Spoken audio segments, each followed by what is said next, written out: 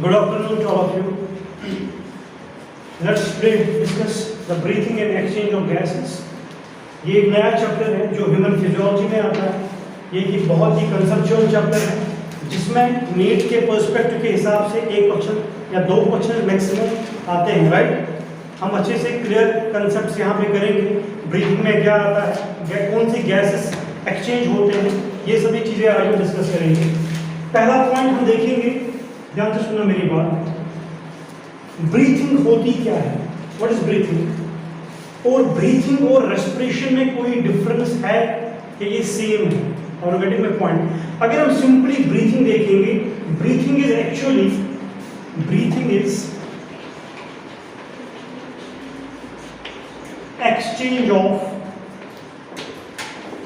exchange of gases. Breathing is what? Exchange of gases. और गैसों में क्या आएगा, कौन से गैसेस एक्सचेंज होते हैं? Oxygen and carbon dioxide. Try to understand. Carbon dioxide और ऑक्सीजन जब एक्सचेंज होंगे, राइट, तो उस प्रोसेस को हम कहते हैं ब्रीथिंग। लेकिन अगर हम एनसीईआरटी के हिसाब से देखेंगे, पहले ही पेज पे, एनसीईआरटी के पहले ही पेज पे लिखा है breathing is also known as respiration, but वो मुझे सही नहीं लग रहा है टू सम एक्सटेंट।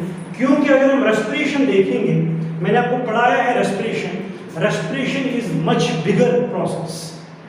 तो रेस्पिरेशन बड़ा एक प्रोसेस है जिसमें एक स्टेप आता है ब्रीदिंग का। क्या आता है? स्टेप एक ब्रीदिंग का।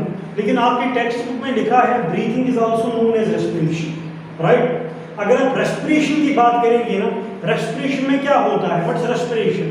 Respiration is cellular oxidation of organic compounds.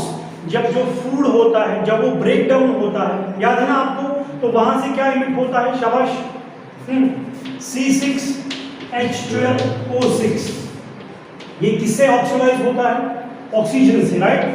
6 times oxygen, it give rise to carbon dioxide और वाटर, और क्या निकलता है? एनर्जी। ये तो पढ़ा है ना आपने।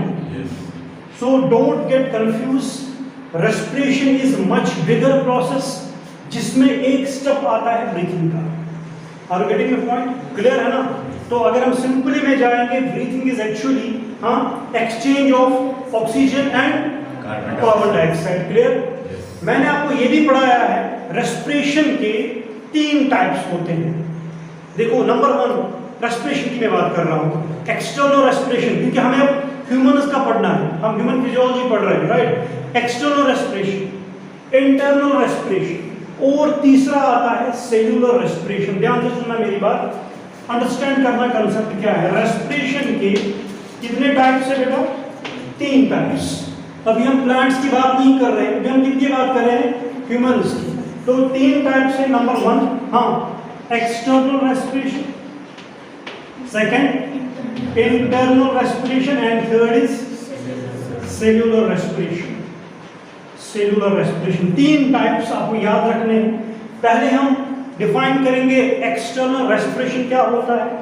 एक्सटर्नल रेस्पिरेशन वो रेस्पिरेशन होती है that takes place between the lungs and the environment, right. उसमें क्या आता है? लंग्स आएंगे एंड विद द एनवायरनमेंट। जब रेस्पिरेशन होगी लंग्स और एनवायरनमेंट के दरमियान, उस प्रोसेस को हम क्या कहेंगे? External respiration. क्लियर? अगर हम इंटरनल देखेंगे, अब ये रेस्पिरेशन कहाँ पे होगी? Inside the body. That means वो respiration that takes place between the lungs and blood, right. किन किन के दरमियान होती है ये? Lungs and blood.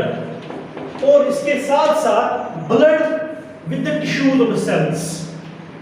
ब्लड और टिश्यूज के दरमियान जो रेस्पिरेशन होगी उसको हम इंटरनल कहते हैं। Try to understand the difference. Are you getting my point? And number 3 you know that, आपने पढ़ा है सेलुलर रेस्पिरेशन। यही जो मैंने अभी बताया, एक्चुअली क्या होता है उसमें? सेलुलर रेस्पिरेशन में ऑक्सीडेशन होती है। किसका? फूड का। फूड ऑक्सीडाइज होता है, कार्बन डाइऑक्साइड और वाटर बाहर निकलता है और एनर्जी निकलती है बाहर। समझ में आया? तो कंफ्यूज नहीं होने का, टेक्स्ट में क्या लिखा है? Actually respiration is much bigger process जिसमें एक स्टेप आता है ब्रीदिंग का।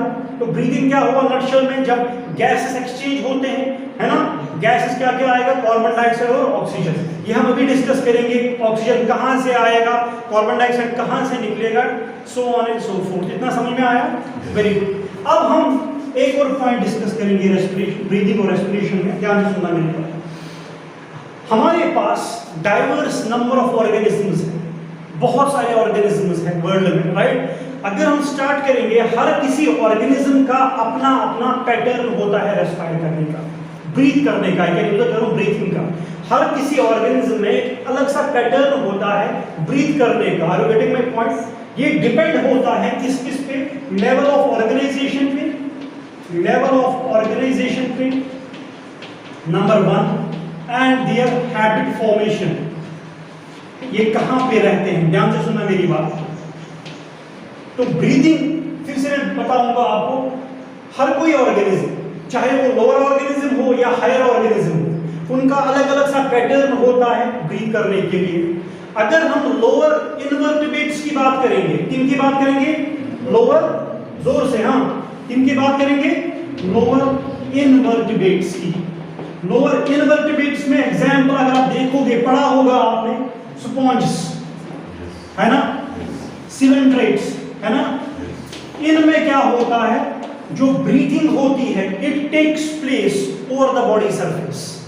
उनमें कोई स्पेशलाइज्ड ऑर्गन नहीं होता है ब्रीथ करने के लिए। उनमें जो ब्रीदिंग होती है, उनमें जो एक्सचेंज ऑफ गैसेस होते हैं, वो कहां से होती है, जनरल बॉडी सरफेस से। कहां से, शाबाश, यहां पे मैं लिखूंगा through general body surface, body surface, पहला point,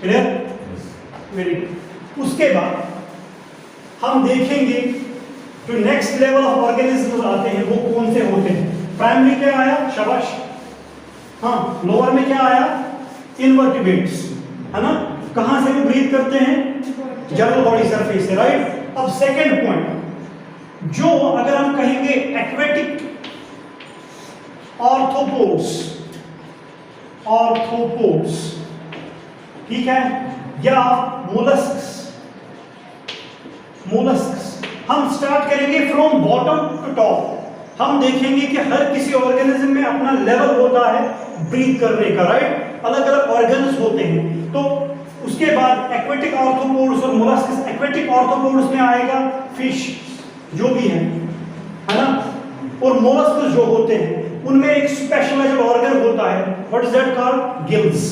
what are these called as gills. That means gills की वजह से क्या होती है, ब्रीदिंग होती है। Are you getting my point? उनमें गिल्स होते हैं। लोअर इनवर्टिब्रेट्स में कहां से होता है, जनरल बॉडी सरफेस से, क्लियर है ना। उसके बाद अगर हम देखेंगे, सिंपली जंप करेंगे हम मैमल्स पे, किन पे, मैमल्स पे। मैमल्स में हम भी आते हैं। मैमल्स में और क्या आएगा, फ्रॉग आएगा ना मैमल्स में, हाँ, और क्या आएगा मैमल्स में, बर्ड्स आएंगे मैमल्स में। Are you getting my point? हमारे पास क्या होता है, हमारे पास ब्रीदिंग के लिए एक स्पेशलाइज्ड स्ट्रक्चर्स होते हैं जिनको हम लंग्स कहते हैं। क्या कहते हैं, लंग्स। दैट मींस हम रेस्पायर करते हैं, हम ब्रीथ करते हैं बाय मींस ऑफ लंग्स। इसका हमें मैकेनिज्म पढ़ना है, मैकेनिज्म पढ़ना है ह्यूमन रेस्पिरेटरी सिस्टम का, जो हम अभी डिफाइन करेंगे। आई होप आपको ये ट्रेंड समझ में आई होगी, कहां से कहां जाता है, राइट। और ये नीट में आया है क्वेश्चन 2019 में, ध्यान से सुनना मेरी बात, 2019 का क्वेश्चन है।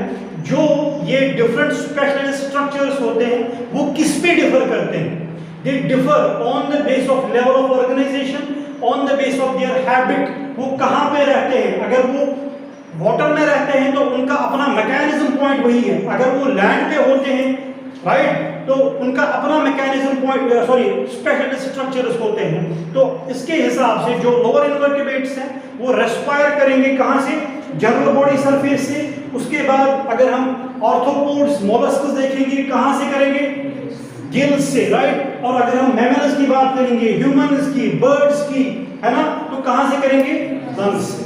इतना समझ में आया, वेरी गुड। अब उसके बाद mechanism of respiration in humans, ध्यान से सुनना, ह्यूमन रेस्पिरेटरी सिस्टम, आराम से आप समझना। उसके बाद हम लिखते हैं human respiratory system. Respiratory system. तो ह्यूमन रेस्पिरेटरी सिस्टम जो है कहां से होगा ये? शाबाश, इट टेक्स प्लेस, उसमें कौन सा ऑर्गन यूज होगा? लंग्स। क्लियर है ना? लंग्स वहां पे ऑर्गन्स यूज होंगे। लेकिन अगर हम ह्यूमन रेस्पिरेटरी सिस्टम की बात करेंगे, it is divided into two types. Number 1 respiratory tract, ध्यान से सुनना, रेस्पिरेटरी ट्रैक, बोर्ड की तरफ ध्यान रखो, respiratory tract. And number 2 lungs. पहले हम देखेंगे रेस्पिरेटरी ट्रैक में क्या आएगा, उसके बाद लंग्स आएगा। क्लियर? ठीक है ना? ध्यान से सुनना मेरी बात। मैं जनरलाइज आपको बता रहा हूं ह्यूमन रेस्पिरेटरी सिस्टम में क्या आएगा। पहला point, human respiratory system externally consists of 2 nostrils, external nostrils. आप खुद सोचो, मुझे देखो, आप यहां से स्टार्ट होता है, कंप्लीट होता है लंग्स पे, राइट? मैं डायग्राम पे दिखाता हूं आपको। यहां पे मेरे पास कितने नॉस्ट्रल्स हैं? 2 nostrils, 2 nostrils. Clear? External nostril जिनको हम कहते हैं, राइट? तो मैं यहां पे एक डायग्राम ड्रा करता हूं, आपको अच्छे से समझ में आ जाएगा।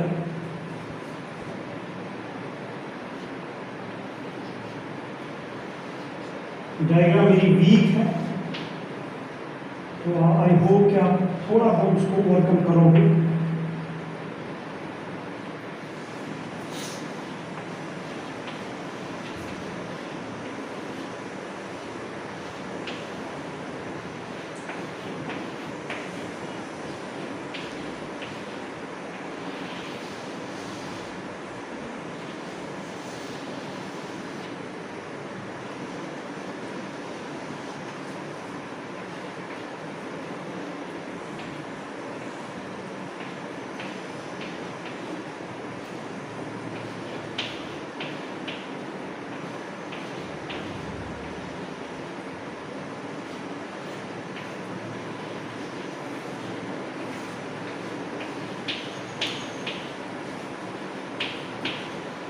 थोड़ा बहुत हम डिस्कस करेंगे, ध्यान से सुनो मेरी बात। ये जो मैंने ये एक बूथ लाइक स्ट्रक्चर बनाया, ये इनसाइड हमारे में होता है, राइट? होप सो आप अच्छे से ध्यान से देखोगे। ह्यूमन रेस्पिरेटरी सिस्टम जो होता है, यहाँ पे ये वाला जो पार्ट है, these are called nostrils, these are called, कितने होते हैं? 2। उसके बाद नॉस्ट्रल्स के तुरंत बाद एक पैसेज होता है, एक पैसेज होता है जिसको हम कहते हैं नेजल नेजल चैम्बर। क्या कहते हैं? ध्यान से सुनना, ये वाला पोर्शन आपको दिख रहा है ना, ये वाला पोर्शन, ये पार्ट जो है यहाँ पे जो, it's called as nasal chamber. Nasal chamber की फंक्शन क्या है? ध्यान से सुनना। Number 1 purification of air. क्या काम करेगा ये? एयर को प्यूरिफाई करेगा। किसको प्यूरिफाई करेगा? Number 2 humidification of air. क्या काम करेगा? ह्यूमिडिफिकेशन करेगा एयर को। And number 3 important function of this nasal chamber is it helps in maintenance of temperature. ध्यान से सुनो, क्या करता है ये? मेंटेन करता है टेम्परेचर को। कौन? Nasal chamber. इसीलिए अगर आप नोज को, हाँ, एक्सटर्नल नॉस्ट्रल्स को आराम से देखोगे, इसके इनसाइड में छोटे छोटे हेयर्स होते हैं। Are getting my point? वो हेयर्स क्यों होते हैं? नंबर 1, जब हम ब्रीथ करते हैं ना, अगर एयर इम्प्योर हो, हाँ, तो वो फिल्टर करते हैं वहां पे। और गेटिंग माय पॉइंट? वो जो पैसेज है ना, उसी पैसेज को हम नेजल चैम्बर कहते हैं। यहां से तो हेयर नहीं होते हैं हमारे बाहर से, हाँ, we are not dragons, right? थोड़ा सा इंटीरियर आप जाओगे, वहां पे हेयर्स दिखेंगे आपको, और वो हेयर्स बहुत ही इंपॉर्टेंट होते हैं। और उस पैसेज को हम क्या कहेंगे बेटा? Nasal chamber. 2 पार्ट्स क्लियर है? एक्सटर्नल में नॉस्ट्रल्स, उसके बाद नेजल चैम्बर। अब देखो जो मैंने यहाँ पे ये अगरबत्ती लाइक स्ट्रक्चर जो बनाया है यहाँ पे, ये वाला, ये क्या है? ये है एपिग्लॉट्स। क्या है? एपिग्लॉट्स। ये मैं भी समझाऊंगा क्या है। एपिग्लॉट्स जो होता है, ध्यान से सुनना मेरी बात, ये जो यहाँ पे जो स्ट्रक्चर है, जो ये बेंड कर रहा है ना स्ट्रक्चर यहाँ पे, इसको हम कहते हैं फ्रैंक्स। क्या कहते हैं? फेरेंक्स। क्या? फेरेंक्स।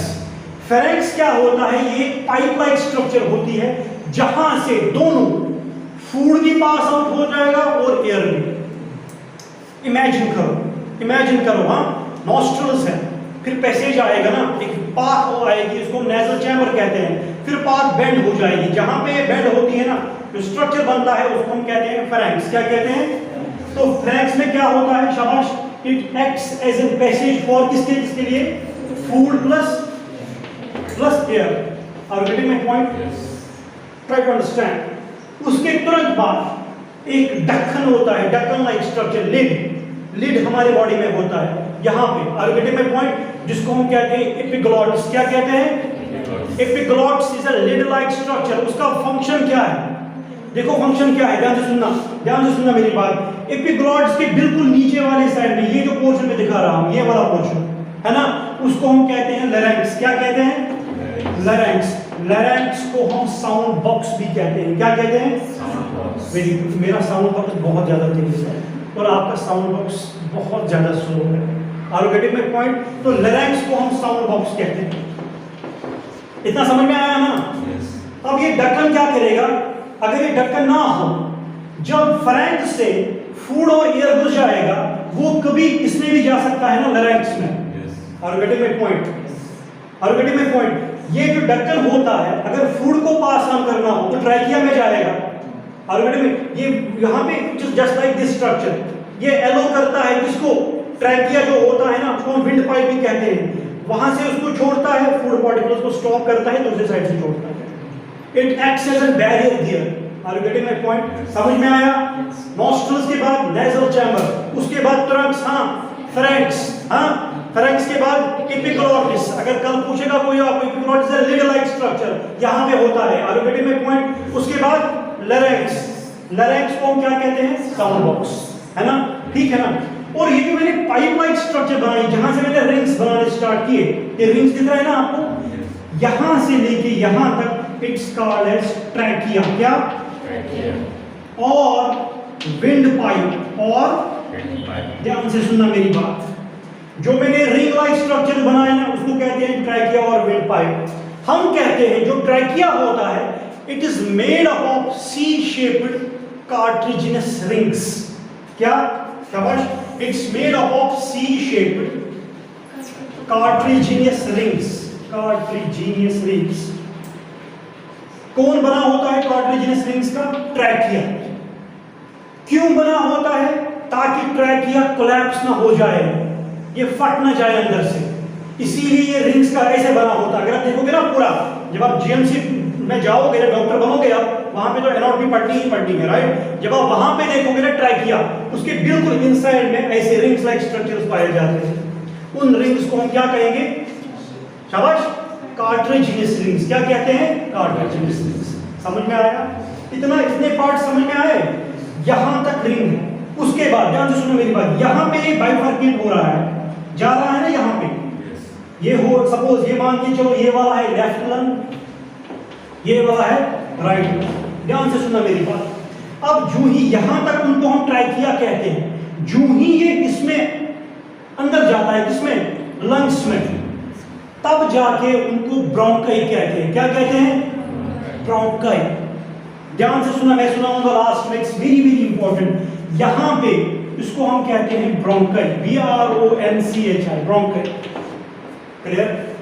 अब डायग्राम का ध्यान रखो, यहां से एक स्ट्रक्चर बन रहा है, इसके ऊपर से, ये ना ये वाला स्ट्रक्चर है ना, ये तो यहां से अराइज हो रहा है ना, या मान के चलो ये वाला इससे अराइज होता है, इसको हम कहते हैं प्राइमरी ब्रोंकाई। क्या कहते हैं? क्या कहते हैं? Primary bronchi. इसको हम कहेंगे प्राइमरी ब्रोंकाई। प्राइमरी ब्रोंकाई से अराइज क्या हुआ? Secondary bronchi. Very good. क्या अराइज होता है? सेकेंडरी। ये है ब्रोंकाई, ब्रोंकाई से अराइज हुआ एक ब्रांच को हम प्राइमरी कहते हैं, प्राइमरी से अराइज होता है सेकेंडरी। Very good. इसको हम कहेंगे सेकेंडरी ब्रोंकाई। क्लियर है? इतना क्लियर है ना? उसके बाद ये जो ब्रोंकाई होते हैं, ultimately they lastly form bronchioles. क्या बनाते हैं? जब वो टर्मिनेशन पे आते हैं, यहां पे ना, सेकेंडरी ब्रोंकाई के बाद मैं कह रहा हूं, they form a structure that is known as bronchiole. क्या कहते हैं? ब्रोंक्यूल्स। ध्यान से सुनना मेरी बात। ब्रोंक्यूल जो होते हैं उनपे यहाँ पे बैलून लाइक स्ट्रक्चर होता है, ये राउंड लाइक स्ट्रक्चर, उनके टर्मिनेशन में एक राउंड लाइक स्ट्रक्चर होता है, उसको हम कहते हैं, शाबाश, एल्वियोलाई। क्या कहते हैं? And alveoli ducts. Alveoli and alveoli ducts, समझ में आ रहा है ना आपको? हाँ, ये दोनों लंग्स में होता है। और गेटिंग माय पॉइंट में एक का दिखा रहा हूं आपको, ध्यान से सुनना मेरी बात। प्राइमरी ब्रोंकाई खत्म हुआ, उसके बाद सेकेंडरी, राइट? लास्ट में क्या कहते हैं? Bronchioles, right? ब्रोंक्यूल्स के टॉप एंड पे क्या होता है? एक राउंड स्ट्रक्चर जिसको हम कहते हैं एल्वियोलाई। क्या कहते हैं? और एल्वियोलाई डक्ट्स। अब सुनो मेरी बात। एक्चुअली जो मैं पूरा दिखा रहा हूं आपको, पूरा नॉस्ट्रल से लेके, नीट में क्वेश्चन आया है, नॉस्ट्रल से लेके अप टू सेकेंडरी ब्रोंकाई तक, that means up to bronchioles तक, ये कंडक्टिंग पार्ट होता है। क्या होता है? Conducting part. अब बोलोगे अब सर फिर ब्रीथिंग कहां पे हुई? अगर ये कंडक्ट कर रहा है ना, एक्सचेंज कहां पे होता है? Actually are you getting my point? Exchange होता है एल्वियोलाई में। कहां पे होता है? Are you getting my point? समझ आ रहा है ना अच्छे से आपको? Conducting part from external nostrils up to what? Bronchioles. सिर्फ कंडक्टिंग पार्ट है, कंडक्ट लेता है ये ऑक्सीजन, राइट? लेकिन छोड़ता कार्बन डाइऑक्साइड नहीं। जो ही वो एल्वियोलाई में होता है ना, वहां से एक्सचेंज ऑफ गैसेस होते हैं, वहां से हमको ऑक्सीजन लेते हैं, वो पहुंचता है एल्वियोलाई में। एल्वियोलाई में से ही कार्बन डाइऑक्साइड बाहर निकलता है जो हम छोड़ते हैं। दो पॉइंट्स, हाँ? कंडक्टिंग पार्ट और क्या पार्ट? शाबाश। और जहां पे ब्रीथिंग वगैरह होगी, जहां पे एक्सचेंज ऑफ गैसेस होगी। इतना समझ में आया ना? ये जो पूरा सिस्टम मैं बना रहा हूं, ये क्या कहलाएगा? Human respiratory system. क्या कहलाएगा? क्लियर? अब जो लंग्स आपको दिख रहे हैं, they are protected by double membrane. They are protected by, इनमें दो मेम्ब्रेन होते हैं। ध्यान से सुनना मेरी बात, मैं आपको इसकी प्रेजेंटेशन भी दिखाऊंगा इंशाल्लाह। They are protected by double membrane, ठीक है ना? अब ये जो आउटर और इनर मेम्ब्रेन है, उसको हम कहते हैं पेरिन्यूअल मेम्ब्रेन्स। क्या कहते हैं? पेरिन्यूअल मेम्ब्रेन्स। क्लियर? यहां से भी दो मेम्ब्रेन, यहां से भी दो मेम्ब्रेन। इन दो मेम्ब्रेन्स के बीच में एक फ्लूइड होता है, उस फ्लूइड को हम कहते हैं प्लूरल फ्लूइड। क्या कहते हैं? Pleural fluid. It's very very important. जो मैं आपको यहां पे बता रहा हूं बहुत ही इंपॉर्टेंट है। Lungs are protected by double membrane, right? और इन दो मेम्ब्रेन्स में एक फ्लूइड होता है, उस फ्लूइड को हम क्या कहेंगे? पेरिन्यूअल फ्लूइड। क्या कहते हैं? पेरिन्यूअल फ्लूइड। अब आपने बोला नहीं सर, ये जो लास्ट में डोम शेप्ड स्ट्रक्चर है, ये क्या है? उस पे लंग्स हमारे होते हैं, ऐसे होता है ऑलरेडी में पॉइंट, जिसको हम कहते हैं very good diaphragm, very good, जिस पे हमारे लंग्स रेस्ट करते हैं, राइट? ऑलरेडी में पॉइंट, इसी पे लंग्स होते हैं। इतना समझ में आया? इतना समझ में आया? एक मिनट में फिर से मैं रिपीट कर रहा हूं, एक मिनट में हम पढ़ रहे हैं human respiratory system. Human respiratory system में हम स्टार्ट करेंगे एक्सटर्नल टू इंटरनल। हमारे पास नॉस्ट्रल्स हैं दो, उसके बाद शाबाश नेजल चैम्बर जो सबसे इंपॉर्टेंट है, उसके बाद फ्रैंक्स जहां से क्या पास होता है? फूड और एयर भी दोनों, है ना? उसके बाद एपिग्लॉट्स होता है जो चेक करता है फूड छोड़ना है या एयर को छोड़ना है। आपको कभी लगता है कि हम क्या मैं बोलूंगा आपको, हम फूड भी खाते हैं और मतलब कभी हमें, राइट? समझ में आ रहा है ना? क्या हिचकी आती है, हाँ? दैट मींस उस टाइम पे फूड भी उसी पाइप में और एयर में जो ऑलरेडी ट्रैकिया में जाता है, और वेटिंग में पॉइंट, इसीलिए एपिग्लॉट्स वहां पे चेक करता है कि फूड पास ऑन करना है या एयर को। उसके बाद ट्रैकिया, जिसको हम विंड पाइप भी कहते हैं, राइट?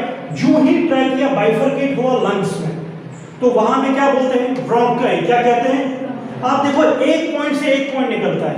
ब्रोंकाई के आगे से जो वहां से ब्रांच अराइज होती है, जो प्राइमरी ब्रोंकाई, प्राइमरी ब्रोंकाई से एक और ब्रांच अराइज होती है तो सेकेंडरी ब्रोंकाई, सेकेंडरी ब्रोंकाई से एक और ब्रांच हम कहते हैं ब्रोंक्यूल्स। फाइनल में ब्रोंक्यूल्स के जो टिप होती है, वहां पे छोटे bag like structures, sac like structure, जिनको हम एल्वियोलाई कहते हैं। क्या कहते हैं?